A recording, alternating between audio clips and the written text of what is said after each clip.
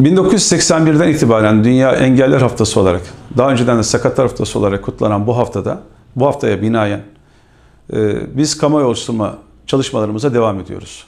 Ama sadece bu haftayla sınırlı kalmamak kaydıyla sürekli bir gündem oluşturmaya çalışıyoruz. Bu konuda da siyasi partilerimizin genel başkanları, genel başkan yardımcılarına ulaşıp sorunlarımızı birinci ağızdan kendilerine iletiyoruz. Bu bağlamda dün de Aile Sosyal Politikalar Bakan Yardımcısı Rıdvan Duran'ı ziyaret ettik. Sorunlarımızı dile getirdik. Kendilerinden bu konuda bize destek verebilmeleri için görüşmeyi sağladık. Yine 1-2 gün önce de hiçbir parti ayrımı yapmadan bütün siyasi partilerimizi dernek merkezimize davet ettik. Burada beraber sorunlarımızı masaya yatırdık ve tarafsız bir şekilde bütün herkese sorunlarımızı ilettik. Kendilerinden de sorunlarımızı çözmeleri noktasında destek istedik.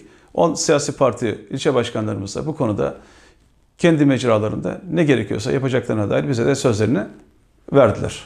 Bizim sorunlarımız yine aynen devam ediyor. Bu ekonomik krizden dolayı da maddi olarak sorunlarımız gittikçe de derinleşiyor.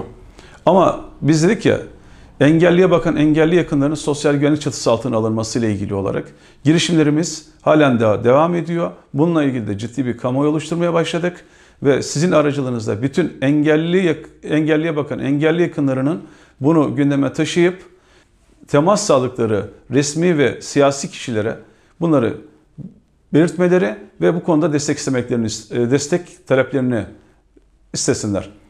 Bir diğeri ise bizim raporlarla olan sıkıntılarımız. Dün yine bakan yardımcımıza bu konuyu da ifade ettik.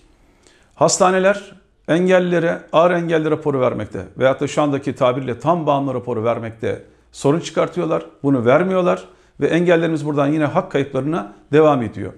İtiraz edildiğinde ise verilen cevap şu: Ankara'dan bize bu şekilde talimat veriliyor. Ankara'da yaptığımız temaslarda da maalesef böyle bir direktifin olmadığını, kişilerin kendi inisiyatifleriyle toptan çıkabilmek amacıyla bu cevabı verdiklerini, kendilerini töhmet altında bıraktıklarını ifade ettiler. Bir diğer sorunlarımız ise yine eve giren kişi başı engelli aylıkları için kişi başı 1417 lira barajının devam etmesi. Biz hala yine diyoruz ki engelliye verilen bu aylıklarda kişi başı para kriterinin konulmaması. Çünkü engellinin kendinin baz alınması gerekiyor.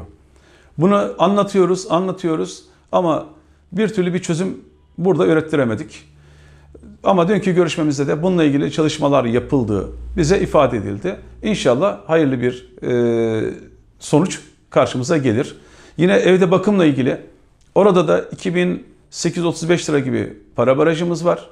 Onun da kaldırılmasını istiyoruz. Çünkü orada da engelliye bakının buna baz alınmasını istiyoruz.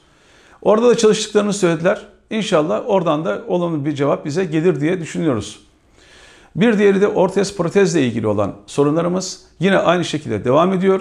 Sürenin uzunluğu, devletin sağlamış olduğu katkılar ve dövizin aşırı değerlenmesinden dolayı bu ekonomik bunalımda ortez protez ihtiyacı olan kardeşlerimizin de ciddi bir çıkmaza girdiğini şahit oluyoruz. Çünkü verilen rakam 9500 lira civarı ama bir ortezin maalesef maliyeti şu anda 45, 50, 60 bin liraları buluyor.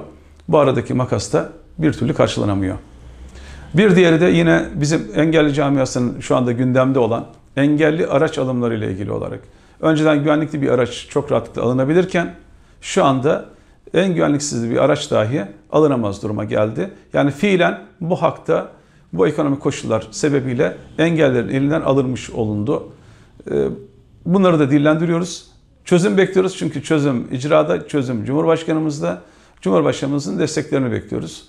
İnşallah sesimizi sizin aracınıza duyar, bize destek verirler.